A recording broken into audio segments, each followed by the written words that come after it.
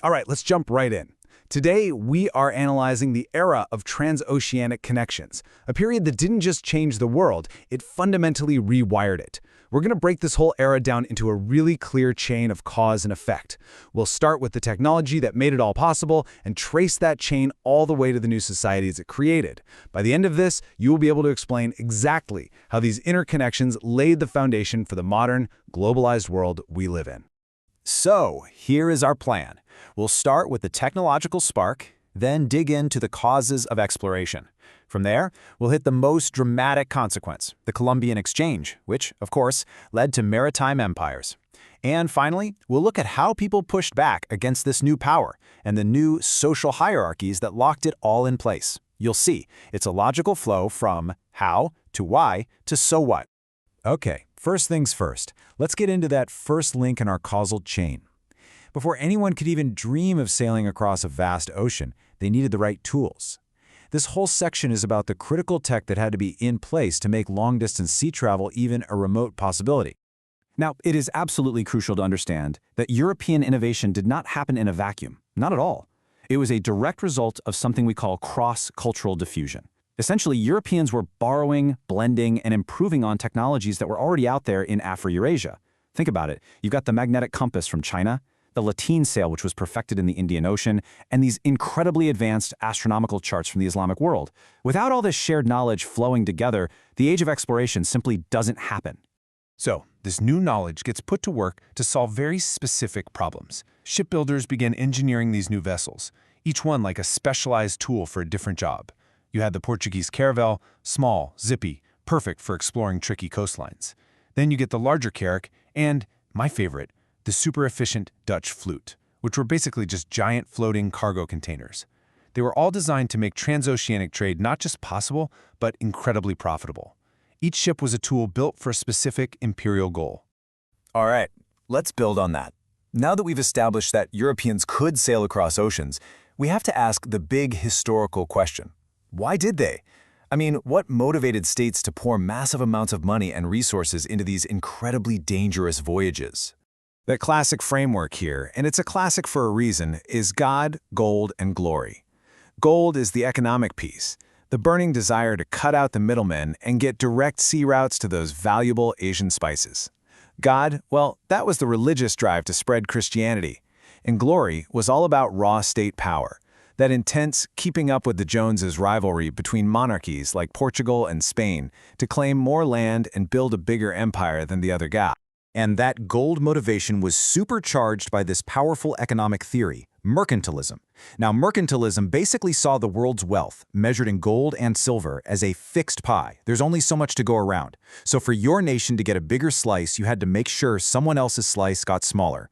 It created this intense, zero-sum game for global power. And colonies? They became the most important pieces on the chessboard, providing cheap raw materials and captive markets. Under mercantilism, having colonies wasn't just a good idea, it was a state-level economic necessity. Okay, time to put your thinking caps on. Pause this explainer right now and write a single-sentence thesis statement. I want you to argue which of the three G's, God, gold, or glory, was the primary driver of state-sponsored maritime exploration. Go ahead, hit pause. Okay, welcome back. A strong thesis might sound something like this. While religious fervor and national competition were significant factors, the economic imperatives of mercantilism ultimately provided the most powerful and sustained motivation for European states to fund transoceanic voyages. So, the technology is in place, and the motivation is crystal clear. So what happens when these voyages finally connect two hemispheres that have been totally separate for millennia? Well, you get a collision. The result is the Columbian Exchange, an unprecedented biological and cultural transfer that literally changed the world forever. Now, while this was a two-way street, the impacts were profoundly unequal. From the Old World, Afro-Eurasia, came transformative animals like the horse and, of course, devastating diseases like smallpox. From the New World, the Americas, came calorie-packed foods like potatoes and maize that led to massive population booms back in Europe and Asia. This exchange permanently reshaped diets, environments, economies, and cultures on a truly global scale. But the single most catastrophic effect of this exchange was demographic. The unintentional transfer of diseases, pathogens like smallpox and measles, from Europeans and Africans to indigenous Americans who had zero immunity was, well, it was an apocalypse. It led to a population decline of up to, and in some cases more than, 90%. This is, without a doubt, the greatest demographic disaster in human history. It's a point we have to sit with.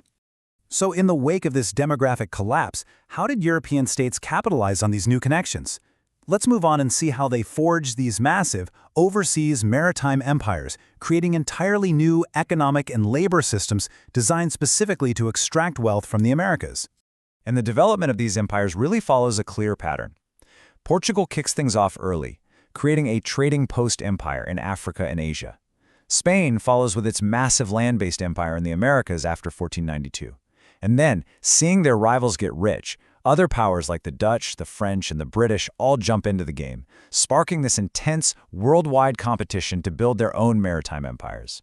To make these empires pay, Europeans implemented new and incredibly brutal systems of coerced labor. It started with the Spanish encomienda system, which was basically a grant of indigenous labor to a Spanish conquistador. As that system broke down, it evolved into the hacienda system, a form of debt peonage on huge agricultural estates. But as indigenous populations plummeted from disease and the demand for labor on sugar plantations exploded, Europeans turned to the transatlantic slave trade, creating the horrific system of chattel slavery, where human beings were treated as actual property. But wait, how do you even pay for these massive, risky, and hugely expensive imperial projects? The answer is a brilliant new financial innovation, the joint stock company. By selling shares to private investors, rulers and merchants could pull together enormous amounts of money to fund voyages and build colonies, all while spreading out the individual risk. It was the perfect financial tool for the age of mercantilism. Okay, let's pause again for a quick self-check.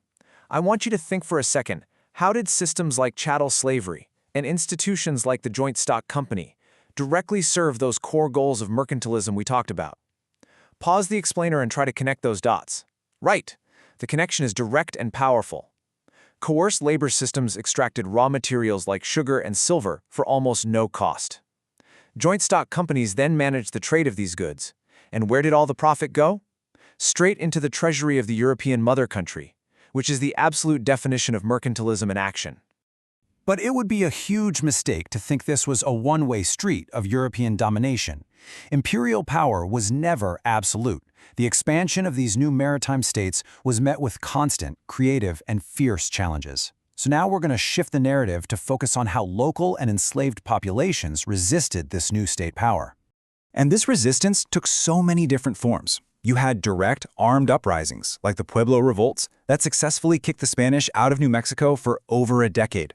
You had resistance from savvy rulers, like Queen Anazinga in Central Africa, who skillfully played European powers against each other for decades. And you had the constant, determined resistance of enslaved people, who escaped bondage and formed their own free communities, known as Maroon societies. The key takeaway?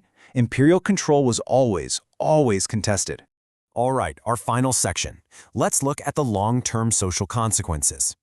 The mixing of all these diverse peoples, Europeans, Africans, and indigenous Americans, led to the creation of entirely new social structures, and these structures were often explicitly based on race and ethnicity, designed from the ground up to maintain the power of the colonizers. The casta system in Spanish America is the textbook example of this. It was a deeply complex and rigid racial hierarchy built to keep colonial power in place. At the very top, you had the Peninsulares, people actually born in Spain. Just below them, Creoles, people of European blood but born in the Americas. Then you had this whole spectrum of mixed-race categories, like mestizos and mulattoes. And way down at the bottom of this pyramid were indigenous peoples and enslaved Africans. Your spot in this system determined everything about your life. This quote from the course description really hits the nail on the head. The whole process of conquest and colonization was engineered to create and support new elites, like the Peninsulares and Creoles, who got rich off this new global economic system, usually at the direct expense of everyone else. These social structures weren't an accident. They were a tool of imperial power. So, let's wrap this up. Let's recap the key takeaways. We've traced a clear causal chain, right? Borrowed technology from Afro-Eurasia made exploration possible. That exploration was driven by mercantilist greed. This led to the world-changing Columbian Exchange and the creation of huge maritime empires built on coerced labor. These empires then created new racial hierarchies to stay in control, but their power was always met with resistance. Okay, here's your final self-assessment, and it's a big one. Can you connect the very first link in our chain to the absolute last one? Pause the explainer and actually try to explain the causal link between a piece of tech like the Caravel and a social hierarchy like the Costa system. Seriously, this kind of long-term causal thinking is exactly what you need to master for the AP exam. And this brings us to our final thought. This period, from 1450 to 1750, isn't just dusty old history. The trade routes, the economic systems, the demographic shifts, and the social structures created during this time laid the essential groundwork for the interconnected, complex, and often unequal globalized world that we all live in today.